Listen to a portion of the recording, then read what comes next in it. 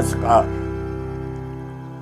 MA Hindi कार्यक्रम के पाठ्यक्रम MHD 4 से संबंधित इस वीडियो कार्यक्रम में आप सबका स्वागत है।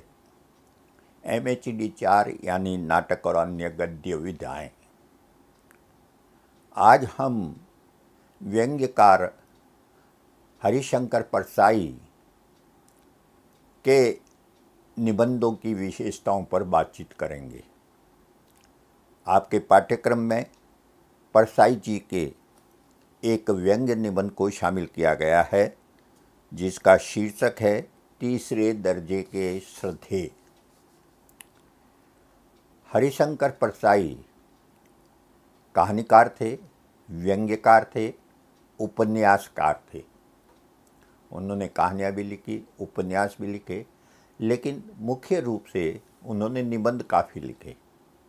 कहानियाँ भी लिखी लेकिन वो निबंध उन्होंने बहुत लिखे, और जिस विधा में भी लिखा, चाहे कहानी, उपन्यास या निबंध, सब व्यंग्य में लिखे। व्यंग्य को उन्होंने एक तरह से कहना चाहिए कि लेखन की शैली ही नहीं बल्कि विधा बना दिया था। तो हिंदी में आज़ादी के बाद के जो व्यंग्य लेखक हुए हैं, चाहे वो हरिशंकर परसाई हो, शरद जोशी हो, रविंद्रनाथ त्यागी हो, और दूसरे कई सारे नाम लिए जा सकते हैं, इन सब में निश्चित रूप से परसाई जी का नाम सर्वोपरि है, सबसे ऊपर है।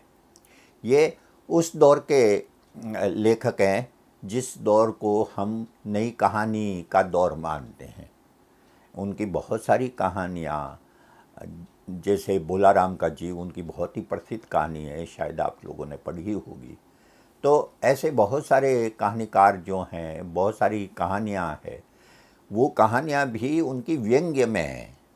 तो कुछ भी उन्होंने व्यंग्य से इतर कुछ नहीं लिखा है, एक तरह से कह सकते हैं। कहानी लिखी तो व्यंग्य में लिखी, निबंध लिखे तो व्यंग्य में लिखे, उपन्यास लिखे तो व्यंग्य में लिखे। तो इस तरह से जैसे उनका एक उपन्यास है रानी नागफनी की कहानी। ये रानी नागफनी की कहानी उस शैली में लिखी गई है जिसमें इंशाअल्लाह खान ने रानी केतकी की कहानी लिखी थी। तो उसी को व्यंग्य में ढालकर उन्होंने एक नई तरह की नई कहानी लिखी, और जो वास्तव में आकार में उपन्यास थी वो जैसा मैंने अभी बताया, रानी नागफनी की कहानी। इसी तरह से तट की खोज एक और उपन्यास उन्होंने लिखा। तो कहने का मतलब यह है कि बहुमुखी प्रतिभा के धनी थे हरिशंकर परसाई। उनके जो मुख्य कहानी के संग्रह हैं उसमें है हंसते हैं, रोते हैं, जैसे उनके दिन फिरे।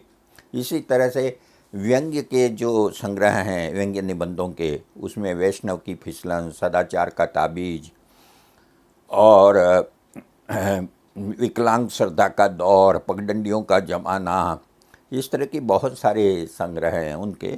और उन्होंने शुरू में उन्होंने अध्यापक के रूप में काम किया था, लेकिन उसके बाद में वो एक तरह से कहना चाहिए कि सब तरह ये नौकरी वोकरी से उन्होंने छुटकारा ले लिया और फ्रीलांसर के तौर पर, यानी कि पूरी तरह से लेखन पर निर्भर रहने वाले लेखक हो गए। और कई अखबारों में, पत्र पत्रिकाओं में वो व्यंग्य के स्तंभ भी लिखा करते थे जो काफ़ी चर्चित होते थे। तो इस तरह परसाई जी जो है एक व्यंग्यकार के रूप में जाने जाते हैं। और यहाँ पर हम जब उनके निबंधकार रूप की बात कर रहे हैं तो दरअसल हम व्यंग्य निबंधकार के रूप में बात कर रहे होंगे। जिस तरह से हमने निबंधकार के रूप में हजारी प्रसाद द्विवेदी की चर्चा की थी तो वो ललित निबंधकार के रूप में की थी। तो इसी तरह से निबंधकार हरिशंकर परसाई जो है वो व्यंग्य निबंधकार है। तो इस रूप में इसे समझें। सबसे पहले हम चर्चा करें कि व्यंग्य क्या है। व्यंग्य दरअसल यथार्थ को अभिव्यक्त करने का एक ऐसा ढंग है जिससे उसमें निहित अंतर्विरोधों को उजागर किया जा सके, उसमें निहित विषमता को, उसमें निहित विडंबना को, उसमें निहित सामाजिक कहना चाहिए कि असंगतियों को, वो सब व्यंग्य के माध्यम से उभारा जा सकता है। व्यंग्य हास्य लेखन जैसे होता है उस तरह का लेखन नहीं होता है। हास्य का उद्देश्य होता है आपके अंदर हास्य पैदा करना या गुदगुदी पैदा करना, आपको अच्छा लगता है।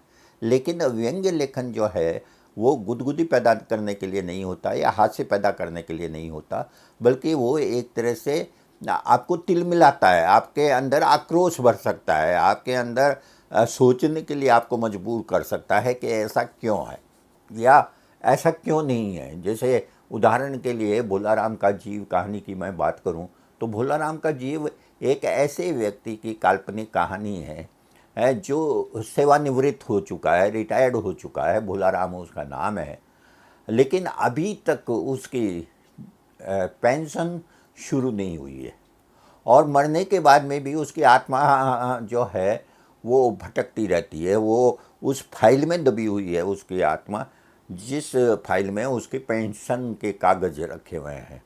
तो जब भोलाराम का जीव यानी कि उसकी आत्मा स्वर्ग में नहीं पहुंचती तो बड़ी चिंता हो जाती है और नारद जी को भेजा जाता है कि वो पता लगा कर आए कि भोलाराम का जीव कहाँ चला गया।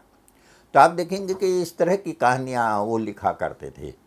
और व्यंग्य में भी इसी तरह का है। व्यंग्य जैसे वैष्णव की फिसलन जो है वो व्यंग्य उन लोगों के लिए है जो धर्म की आड़ लेके हर तरह का व्यवसाय को उचित ठहराते हैं। तो वैष्णव की फिसलन है, या इसी तरह से जैसे पहला सफ़ेद बाल, एक उन्होंने निबंध लिखा था वो पहला सफ़ेद बाल। खास बात इनकी यह है कि चाहे जो भी व्यंग्य निबंध लिखें उसमें कुछ न कुछ समाज के लिए संदेश होता है और कई बार उनके व्यंग्य निबंधों में अंत में एक तरह की करुणा का भाव भी अभिव्यक्त होता है। तो इस रूप में अगर देखें तो व्यंग्य जो है वो हरिशंकर परसाई के लिए न केवल एक साहित्य रचना की शैली है, बल्कि वो उससे बढ़कर साहित्य की एक विधा है। हम चाहें तो उनके कथा साहित्य को, उनके निबंध साहित्य सबको एक ही विधा में शामिल करते हुए उसे व्यंग्य लेखन कह सकते हैं। तो हरिशंकर परसाई इस रूप में एक व्यंग्यकार के रूप में हमारे सामने आते हैं। व्यंग्य लेखक के लिए सबसे ज़रूरी होता है अपने समय और समाज का समग्र बोध। आपको जब तक समय और समाज का समग्र बोध नहीं होगा, उसकी व्यापकता में उसके अंतर्निहित सत्यों को जानने की ललक अगर लेखक में नहीं होगी तो वो कभी भी व्यंग्य नहीं लिख सकता। व्यंग्य जो है सतह पर दिखने वाले सत्य से नहीं निर्मित हो सकता। वो सतह पर दिखने वाले सत्य को के अंदर तक जाता है और पहचानने की कोशिश करता है कि इस सत्य के पीछे और क्या क्या चीज़ें हैं जिसको उजागर करने की ज़रूरत है। जैसे उदाहरण के लिए ये सत्य है कि बेरोजगारी है, लेकिन इस बेरोजगारी के सत्य को अगर हम जान चुके हैं कि बेरोजगारी है यानी कि बहुत सारे लोगों को रोज़गार नहीं मिला है, युवाओं को रोज़गार नहीं मिला है, तो हमें यह जानने की ज़रूरत है व्यंग्य के समय कि उस बेरोजगारी के कारण क्या हैं और किन वर्गों के बीच में ये बेरोजगारी है, उस बेरोजगारी के लिए कौन कितना दोषी है। तो इस तरह से वो हर पहलू को, सत्य के हर पहलू को जानकर, समझकर और उसके बाद में उसमें से व्यंग्य को पैदा करने की कोशिश करते हैं।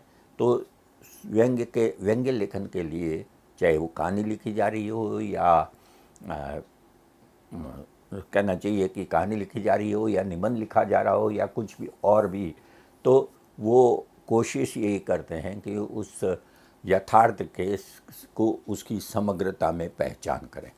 एक और चीज़ यहाँ ध्यान रखने की है कि परसाई जी जब कहानी लिखते हैं तब तो उस कहानी को पहचानना मुश्किल नहीं होता। व्यंग्यात्मक कहानी है तो वो हम उसे आसानी से पहचान सकते हैं, लेकिन जब वो व्यंग्य निबंध लिख रहे होते हैं तब भी उसमें कथात्मकता होती है।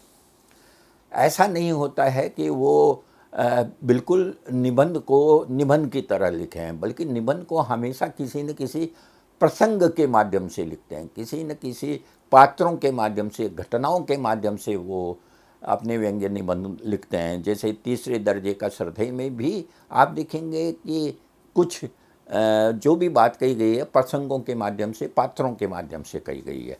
तो ये उनकी एक विशिष्टता है।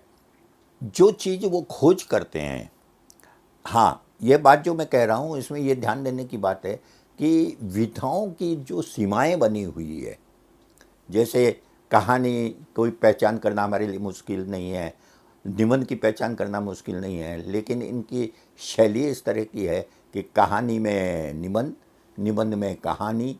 तो ये जो रचना का जो विधाओं की अपनी सीमाएं हैं, उन सीमाओं को तोड़कर वो एक नई तरह की विधा भी पैदा करने की क्षमता रखते हैं। सामाजिक यथार्थ के समग्र बोध की बात जब मैंने की, तो उसके साथ साथ इस बात को ध्यान रखना चाहिए कि वे जीवनानुभवों को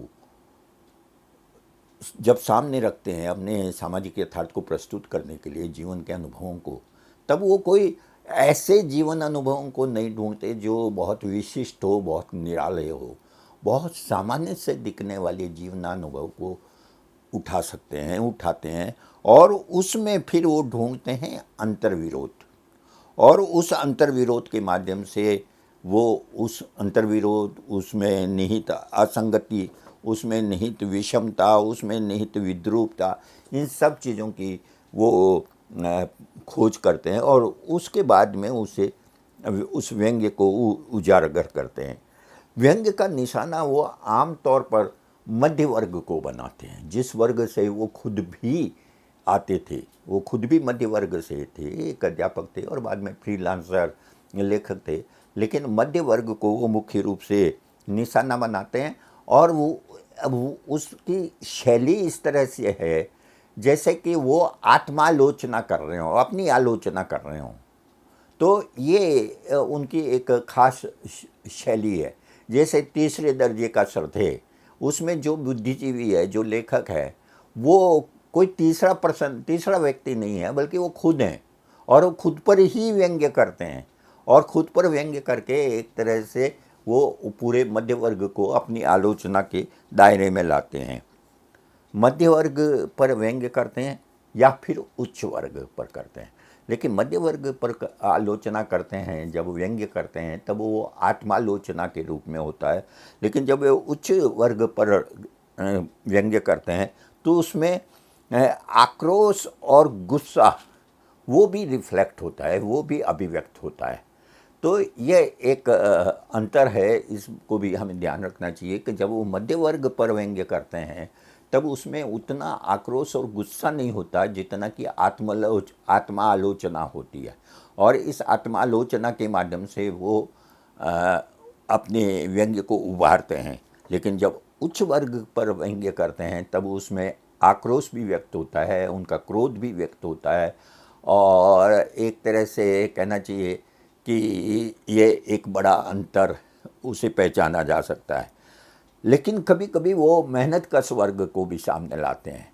लेकिन मेहनत कश वर्ग के प्रति जब वो लिखते हैं, मेहनत कश के पर व्यंग्य करते हैं, तो वो व्यंग्य नहीं होता बल्कि एक तरह से उनके जीवन के विषमता, उनके जीवन के जो कष्ट हैं उसको उभारते हैं। लेकिन वो उभारते हैं हमेशा उच्च वर्ग या मध्य वर्ग के संदर्भ में, यानी कि जब वो किसी मध्य वर्ग पात्र को लेंगे तो उसके साथ साथ कहना चाहिए कि उस गरीब व्यक्ति को भी सामने ला सकते हैं, जिससे कि उनकी तुलना करके वो व्यंग्य को उभार सकें।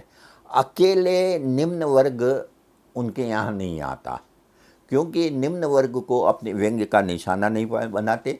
उसके प्रति उनके मन में सहानुभूति है, उसके प्रति करुणा का भाव होता है, और इसलिए जब भी वे आते हैं तो वो व्यंग्य की बजाय एक तरह से सहानुभूति और करुणा के भाव के साथ आते हैं। तो ये विशेषता है। ये ध्यान रखें कि इनके जो व्यंग्य है वो व्यंग्य दो तरीके से आता है, बल्कि तीन तरीके से कह सकते हैं। उसमें अंतर्वस्तु के स्तर पर भी व्यंग्य होता है, उसमें शैली के स्तर पर भी व्यंग्य होता है, उसमें भाषा के स्तर पर भी व्यंग्य होता है। भाषा में भी वो व्यंग्य पैदा करते हैं और शैली में भी व्यंग्य पैदा करते हैं। जो चीज़ सीधे तौर पर कही जा सकती है वो सीधे तौर पर नहीं कहते, व्यंग्य के लिए उसे थोड़ा सा घुमा देते हैं। इसी तरह से शब्दों का चयन बड़ा महत्वपूर्ण होता है। कई बार शब्दों का चयन इस तरह से किया जाता है जिससे कि वो व्यंग्य अपने आप उभर कर सामने आता है। इसी तरह से पूरी रचना इस तरह से वो करते हैं कि उस रचना की अंतर्वस्तु जो है, उस अंतर्वस्तु में एक तरह का व्यंग्य छुपा होता है। तो ये जो व्यंग्य है वो इन तीनों स्तरों पर उनके सामने आता है, उसका इस्तेमाल वो करते हैं। तो ये चीज़ हमेशा ध्यान रखें। अब जब मैंने आपके सामने व्यंग्य की विशेषताएं, परसाई जी की व्यंग्य की विशेषता या व्यंग्य लेखन की विशेषताओं की चर्चा की है, तो हमें यह भी विचार करना चाहिए कि उसके पीछे किस तरह की दृष्टि काम कर रही है। जैसा कि हम सभी जानते हैं कि हरिशंकर परसाई जो है एक प्रगतिशील लेखक थे, एक प्रोग्रेसिव विचारों के व्यक्ति थे और प्रगतिशील लेखक होने के कारण वे समाज की कुछ परंपराओं को, कुछ वास्तविकताओं के से उनको बहुत असंतोष था, उसका विरोध करते थे और भविष्य की एक संकल्पना भी उनके मन में थी। उस भविष्य की संकल्पना को भी वो बहुत प्रत्यक्ष रूप में नहीं बल्कि अप्रत्यक्ष रूप में, सांकेतिक रूप में प्रस्तुत भी करते थे। सबसे पहले तो यह समझने की ज़रूरत है कि परसाई जी के जो निबंध है या परसाई जी का जो पूरा लेखन है वो एक पूंजीवादी समाज में, पूंजीवादी समाज का सत्य वो सामने रखते हैं और पूंजीवादी शोषण और उत्पीड़न को वो एक तरह से उसको नग्न रूप में सामने रखते हैं। तो पूंजीवादी शोषण का वो बहुत विरोध करते हैं और इसके साथ साथ वो पूंजीवादी समाज किस तरह से काम करता है, उसमें नौकरशाही कैसे काम करती है, उसमें पुलिस कैसे काम करती है, उसमें संस्थाएं किस तरह काम करती है, उन सब को वो व्यंग्य का निशाना बनाते हैं। जब वो व्यक्तियों को लेते हैं, व्यंग्य का निशाना बनाते हैं, तब वो व्यक्ति नहीं होता है बल्कि अपने समाज का, अपने वर्ग का एक तरह से वो प्रतिनिधि होता है। अगर कोई पुलिस वाला है तो वो अकेला पुलिस वाला नहीं है बल्कि पुलिस वर्ग है। अध्यापक है तो वो अध्यापक वर्ग है। तो इस तरह से वो इस बात को ध्यान रखते हैं कि एक प्रातिनिधिक चरित्र ढूंढें और प्रातिनिधिक चरित्र के द्वारा वो अपने इस वर्तमान समाज के सत्य को व्यंग्य के माध्यम से उजागर करते हैं। उनकी जीवन दृष्टि की दूसरी विशेषता है कि वो सामंतवादी जो सामाजिक रूढ़ियाँ हैं उनकी बड़ी तीखी आलोचना करते हैं। वो ऐसी सारी परंपराओं को या रूढ़ियों को जो समाज को पीछे की तरफ ले जाते हैं, जो समाज में गरीब लोगों की, स्त्रियों की, पिछड़े हुए लोगों की ज़िंदगी को के लिए मुश्किलें पैदा करते हैं, उन सब रीति रिवाजों से, उन रूढ़ियों से, उन परंपराओं से उनको सख्त नफरत थी और इस कारण से उन्हें अपने व्यंग्य का निशाना बनाते हैं। चाहे वो धर्म हो, चाहे रीति रिवाज हो, चाहे ऐसी परंपराएं हो जो किसी न किसी रूप में व्यक्ति को ऐसे बंधनों से बांध देती है जिसका अनुकरण करने से उनके जीवन की मुश्किलें और बढ़ती है। तो इस रूप में वो सामंती सामाजिक रूढ़ियों की भी तीखी आलोचना करते हैं, धर्म और रीति रिवाज और रूढ़ियों पर बहुत तीखा प्रहार करते हैं और चूँकि वो प्रगतिशील थे तो इसलिए वो वर्ण व्यवस्था और जातिवाद के भी बहुत विरोधी थे। तो उसको भी वो व्यंग्य का निशाना बनाते थे। उच्च वर्ण के लोगों के अंदर जो अहंकार होता है, जो वो समझते हैं कि इस समाज पर हम शासन करने के लिए हैं, तो उसको भी वो निशाना बनाते हैं और वहाँ भी उनकी सहानुभूति समाज के पददलित वर्ग के प्रति होती है। इसी तरह से वो सांप्रदायिकता के भी बहुत विरोधी थे और सांप्रदायिकता के नाम पर राजनीति में जो कुछ भी होता है उसको बराबर अपने व्यंग्य का निशाना बनाते हैं। तो इस तरह से आप देखेंगे कि उनकी जो वैचारिक दृष्टि है वो प्रगतिशील दृष्टि है और वह दृष्टि जो है एक तरह से कह सकते हैं कि उसके मूल में मानवतावाद है। उस मूल में मानवतावाद इस रूप में है कि वो सभी व्यक्तियों को समान समझते हैं, समानता का भाव है। वो धर्म के आधार पर, जाति के आधार पर, लिंग के आधार पर भाषा के आधार पर भेदभाव नहीं करते और इस रूप में एक समानतापूर्ण समाज के समर्थक है। इसलिए जो भी समानता का विरोधी भाव समाज में है या विरोधी परंपराएं हैं जो मनुष्य मनुष्य के बीच में भेद करती है, तो उसको वो अपने व्यंग्य का निशाना बनाते हैं। अब हम आते हैं उनके उस निबंध पर जो आपके पाठ्यक्रम में रखा गया है, तीसरे दर्जे का श्रद्धेय। आप देखेंगे कि है तो ये निबंध, लेकिन इस निबंध में एक छोटा सा प्रसंग भी है और वो प्रसंग बराबर चलता है। और ये जो प्रसंग है उसमें जो लेखक है वही नरेटर है, वही कहने वाला है, वो खुद उसका पात्र है। पात्र किस रूप में है कि उसके जीवन में जो कुछ घटित होता है या जो कुछ वह सोचता है उसी को इस निबंध का विषय बनाया गया है। वह एक बुद्धिजीवी है मध्य वर्ग का, और आप जानते हैं कि मध्य वर्ग के लोग बातें तो बड़ी बड़ी करते हैं, क्रांति की बातें करते हैं, सामाजिक बदलाव की बातें करते हैं, समाज को नया रूप देने की बात करते हैं, लेकिन वास्तविकता के स्तर पर वो तरह तरह के समझौते भी करते हैं। और ये जो तरह तरह के समझौते जो करते हैं वो उनके जीवन के उन अंतर्विरोधों को दर्शाते हैं जिनको सामने रखने पर हमारे सामने उनका वास्तविक स्वरूप आ जाता है। वो बताते हैं कि तीसरे दर्जे का श्रद्धेय, तीसरे दर्जा मतलब रेलगाड़ी का दर्जे। ये जिस समय व्यंग्य लिखा गया था उस समय रेलगाड़ियों में 3 दर्जे हुआ करते थे, प्रथम श्रेणी का दर्जा, द्वितीय श्रेणी का दर्जा और तीसरी श्रेणी का दर्जा। लेकिन बाद में ये तीसरी श्रेणी जो है बिल्कुल ख़त्म कर दी गई थी, केवल 2 दर्जे रह गए थे। लेकिन ये व्यंग्य जब लिखा गया था तब तीसरा दर्जा भी होता था।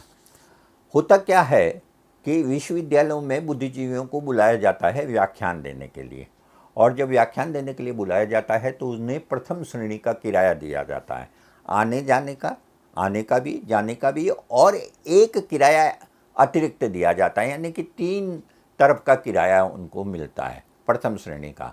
लेकिन बुद्धिजीवी जिस समय का यह निबंध है उस समय यह आम चलन था कि बुद्धिजीवी यात्रा तो करते थे तीसरे दर्जे में या दूसरे दर्जे में, लेकिन किराया लेते थे वो प्रथम दर्जे का। तो इसी को उन्होंने व्यंग्य का निशाना बनाया है कि कहीं पर व्याख्यान देने जाना है, उसके लिए प्रथम श्रेणी का किराया उनको मिलने वाला है, लेकिन वो जाते हैं तीसरी दर्जे में। लेकिन अब अगर तीसरे दर्जे में गए और तीसरे दर्जे के डिब्बे से उतरे जहाँ पर उन्हें व्याख्यान देने के लिए जाना है, और जो आवभगत करने वाले हैं वो आवभगत करने वाले जब देखेंगे कि जिनको हमने इतने सम्मान के साथ बुलाया है वो तो तीसरे दर्जे के डिब्बे से उतर रहा है, तो एक तरह से उनको ये डर रहता है कि यह हमारा पूरा सम्मान नहीं करेंगे, बल्कि हमारे मन में एक तरह से उनके मन में ये बात आएगी कि ये देखो कितना लच्चर आदमी है कि तीसरे दर्जे की यात्रा कर रहा है। तो ऐसे लोग क्या करते हैं कि पहुंचने से थोड़ा 2-3 स्टेशन पहले या कुछ स्टेशन पहले जाके प्रथम श्रेणी में बैठ जाते हैं और फिर ठाट से प्रथम श्रेणी के दरवाजे पर खड़े होकर वो जो अगवानी करने आने वाले हैं उनका इंतज़ार करते हैं, और फिर वो बड़े धड़ल्ले से इस तरह से उतरते हैं जैसे कि वो वास्तव में उन्होंने प्रथम श्रेणी की यात्रा की हो। और जब वो बाहर निकलते हैं रेलवे स्टेशन से तो टिकट तो देना पड़ेगा, टिकट तो तीसरे दर्जे का है, प्रथम दर्जे का तो है नहीं, लेकिन वो इस तरह से देते हैं कि जो अगवानी करने आए हैं वो उस टिकट को देख न सके, ऐसा लगे कि हाँ प्रथम श्रेणी का ही टिकट है। लेकिन बचाना तो दोनों तरफ का किराया है, दोनों तरफ का किराया बचाना है, तो जाते वक्त वो जाते तीसरे दर्जे में ही है, और उस समय वो इस तरह के बहाने बनाते हैं कि रात का सफ़र है, तीसरे दर्जे प्रथम श्रेणी के डिब्बे में बड़ा जो है लोग कम होते हैं तो बड़ा डर लगा रहता है, आजकल डकैती वकैती भी बहुत हो रही है, इसलिए रात को तो तीसरे दर्जे में सफ़र करना ही उपयुक्त है। तो इस तरह से वो बहानेबाजी करते हैं। वहाँ पर वो व्यंग्य में ये कहते भी हैं कि महात्मा गांधी जो थे वो तीसरे दर्जे में यात्रा करते थे और धड़ल्ले से करते थे, लेकिन उनमें यह क्षमता थी कि वो तीसरे दर्जे को भी प्रथम श्रेणी के दर्जे की का स्तर दे सकते थे। लेकिन हम जो तीसरे दर्जे के श्रद्धेय हैं वो प्रथम श्रेणी में भी यात्रा करें तो हमारे मन में भाव जो है तीसरे दर्जे का ही होगा। तो ये बुद्धिजीवियों, मध्यवर्गीय बुद्धिजीवियों पर वो व्यंग्य करते हैं। मैं आपको इस निबंध के एक दो अंश पढ़कर सुनाता हूँ जिससे आप इस बात को समझ सकते हैं। जैसे वो एक जगह कहते हैं कि श्रद्धेय के भी दर्जे होते हैं। श्रद्धेय मतलब जिनका हम आदर करते हैं, श्रद्धा करते हैं, जिन पर, बुद्धिजीवियों पर हम श्रद्धा करते हैं तो इसलिए श्रद्धेय कहा है उनको। तो श्रद्धेय के भी दर्जे होते हैं। तीसरे दर्जे का श्रद्धेय प्रेरणा नहीं देता, वह शर्म देता है। यानी कि जो तीसरे दर्जे के डिब्बे से उतरता है उस पर व्यंग्य करते हुए कहते हैं कि वो लोगों को शर्म आती है। बुलाते हैं ना तो वो ये सोचते हैं कि हम जिसे बुला रहे हैं वो भी उतना ही शानदार होना चाहिए, और शानदार वो तभी होगा जब प्रथम श्रेणी से उतरेगा। तो यहाँ पर वो फिर कहते हैं गांधी जी की बात अलग थी, वे तीसरे दर्जे को पहले दर्जे की महिमा दे देते थे। हम तो पहले दर्जे में बैठकर भी तीसरे दर्जे की हीनता अनुभव करते हैं। सब और बुद्धिजीवी में संत और बुद्धिजीवी में यही फ़र्क है। मुझे विशेष सावधान रहना पड़ता है। यानी कि मन तो दरअसल तीसरे दर्जे के लायक है, लेकिन व्याख्यान देने जाते हैं तो ऐसा दिखाने की कोशिश करना कि हम प्रथम श्रेणी के श्रद्धेय हैं जबकि हैं तीसरे दर्जे में। ये दरअसल ये उदाहरण उन्होंने सिर्फ रेलगाड़ी में यात्रा करने से संबंधित नहीं है। ये उनके मध्य वर्ग के बुद्धिजीवियों के जीवन में जो अंतर्विरोध है उसको उजागर करना उनका कहना चाहिए कि उनका उद्देश्य है।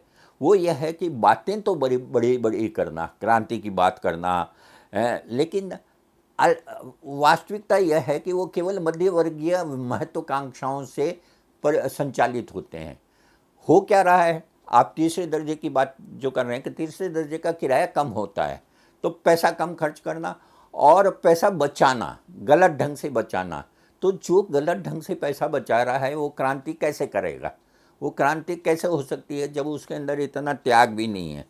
तो एक तरह से व्यक्ति जो है, जो बुद्धिजीवी जिसका दायित्व है कि वो समाज को दिशा दे, वो खुद अगर इस तरह के मध्यवर्गीय आकांक्षाओं के आगे चलता है तो उसकी स्थिति क्या होगी। तो ये चीज़ जो है वो इसके माध्यम से उजागर करते हैं। एक और हिस्सा मैं आपको पढ़ के सुनाता हूँ।